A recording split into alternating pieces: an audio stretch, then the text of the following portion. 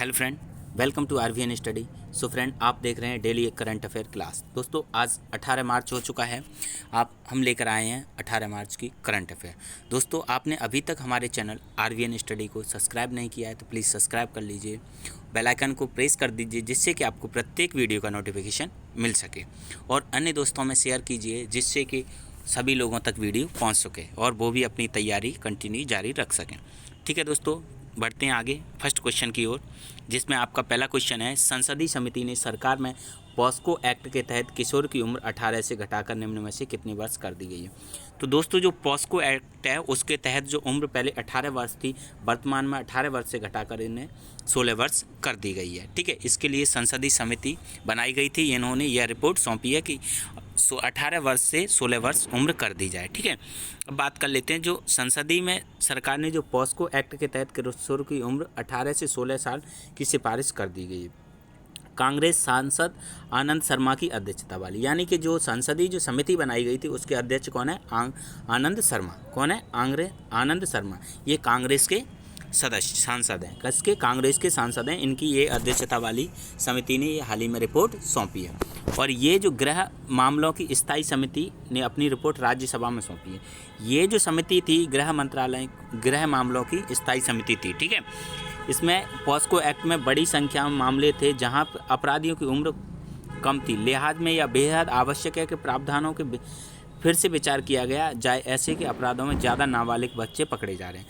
कहने का मतलब ये है, जो पॉस्को एक्ट है उसके तहत नाबालिग लड़कों को पकड़ा जाता, तो नाबालिग लड़कों पहले 18 वर्ष तक माना जाता, लेकिन वर्तमान में नाबालिग 16 वर्ष तक के व्यक्ति को माना जाएगा। ठीक है, नेक्स्ट चलते हैं हम। निम्न में से किसने पटियाला में चल रहे 24वें फेडरेशन कप में सीनियर एथलेटिक चैंपियन में महिलाओं की 100 मीटर दौड़ में स्वर्ण पदक जीता है? तो जो 100 मीटर दौड़ में जो स्वर्ण पदक जीता है वो धनलक्ष्मी के द्वारा जीता गया है। किसके द्वारा जीता गया है? धनलक्ष्मी के द्वारा जीता गया है।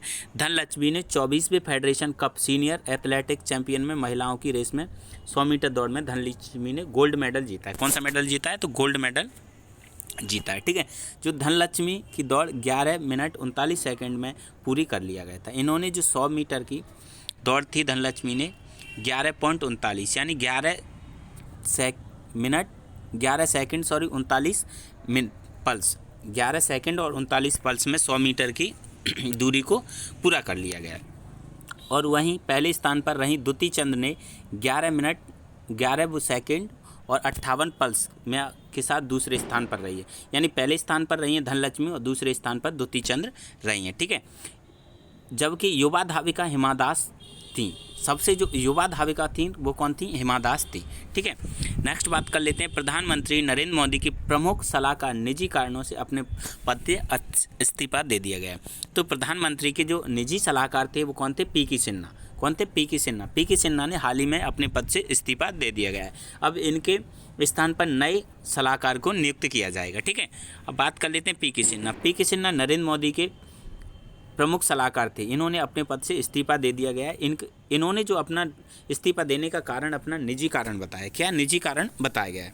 पिछले साल सितंबर महीने से पी.के. सिन्हा को पीएम का प्रमुख सलाहकार बनाया गया था, यानी कि इनको नियुक्त किया गया था सितंबर 2020 में इन्हें नियुक्त किया गया। इससे पहले पी.के. सिन्हा 4 साल तक कैबिनेट सचिव पद पर भी रहे हैं और उत्तर प्रदेश कैडर से 1977 के बैच आईएएस रिटायर अधिकारी हैं। मतलब 1977 के रिटायर आईएएस अधिकारी हैं कौन? पी.के. सिन्हा। ठीक है, अब बात कर लेते हैं। विश्व वायु गुणवत्ता 2020 की रिपोर्ट के अनुसार विश्व में सबसे प्रदूषित राजधानी किसे घोषित किया गया?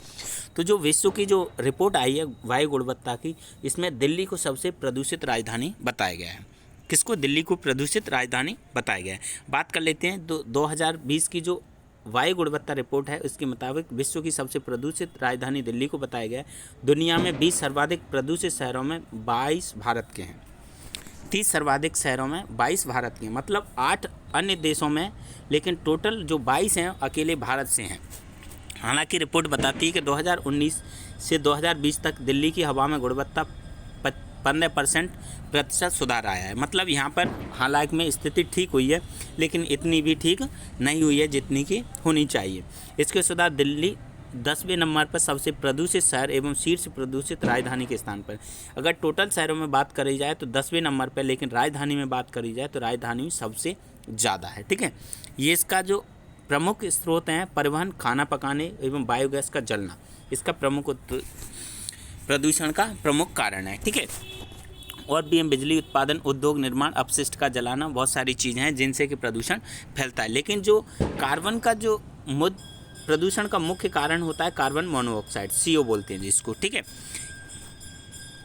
अब नेक्स्ट है, हाल ही में वनवासी समागमन आयोजन किस राज्य में किया गया है?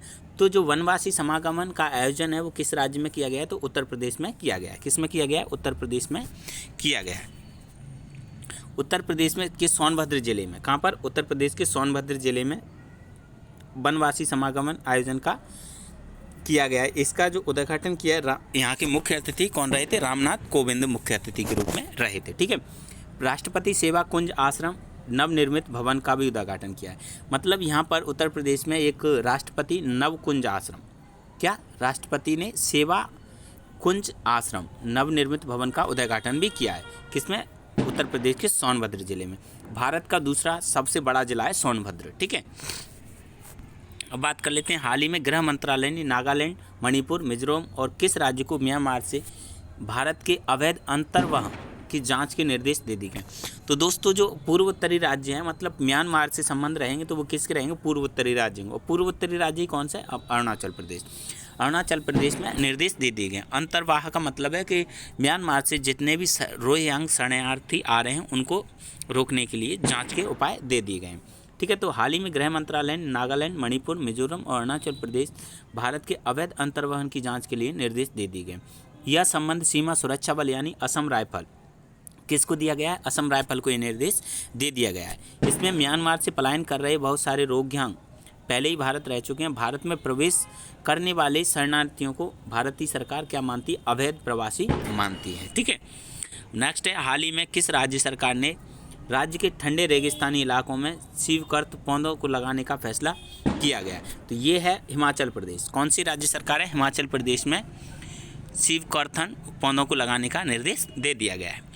ठीक है, अब ये है, ठंडे रेगिस्तानी इलाकों में स्वीकृत के पौधे को लगाने का फैसला किया है। यह एक झाड़ी होती है। क्या होती है? एक झाड़ी होती है, नारंगी पीले रंग की, खाने योग्य बेरों का उत्पादन करती है। भारत में यह पौधा हिमालय क्षेत्र ट्री लाइन के ऊपर पाया जाता है। ठीक है, स्वीकृत का पौधा मिट्टी को बंधे रखने में मदद करता है, जो कि मिट्टी के क्षरण को रोकता है। नेक्स्ट क्वेश्चन है आपका, रूस और निम्न में से किस देश ने चंद्र अनुसंधान स्टेशन का समझौता किया गया है? तो ये किया गया है रूस और चीन ने। किसने किया गया है? रूस और चीन के द्वारा चंद्र अनुसंधान स्टेशन का समझौता ज्ञापन पर हस्ताक्षर किए गए। ठीक है, अब बात कर लेते हैं कि जो चंद्र अनुसंधान, ठीक है, अंतर्राष्ट्रीय चंद्र विज्ञान अनुसंधान स्टेशन है। ठीक है, इसका जो प्रयोगात्मक सुविधाओं के लिए परिसर उपलब्ध कराएगा, यानी कि यहाँ पर सभी प्रकार के प्रयोग किए जा सकते हैं जो कि चंद्रमा की सतह पर है। ठीक है, या फिर इसकी कक्षा में बनाया जाएगा। मतलब चंद्रमा पर जाकर यहाँ पर ये लोग क्या कर सकते हैं? शोध कर सकते हैं। ठीक है, ये वह विषयक अनुसंधान कार्य करने के लिए निर्मित किया जाएगा। ये रूस और चीन की परियोजना है। ठीक है दोस्तों, ये हो चुका है आपका 18 मार्च का करंट अफेयर। ठीक है, इसी प्रकार के करंट अफेयर पाने के लिए हमारे चैनल RVN स्टडी को यूट्यूब चैनल को सब्सक्राइब करें। ठीक है, जिससे कि आपको प्रत्येक वीडियो मिल सके। और PDF पाने के लिए हमारे टेलीग्राम चैनल RVN स्टडी को ज्वाइन करें, जिससे कि आपको प्रत्येक वीडियो की करंट अफेयर मिल सके। सो थैंक यू, धन्यवाद। आज के लिए इतना ही काफ़ी। मिलते हैं नेक्स्ट वीडियो में।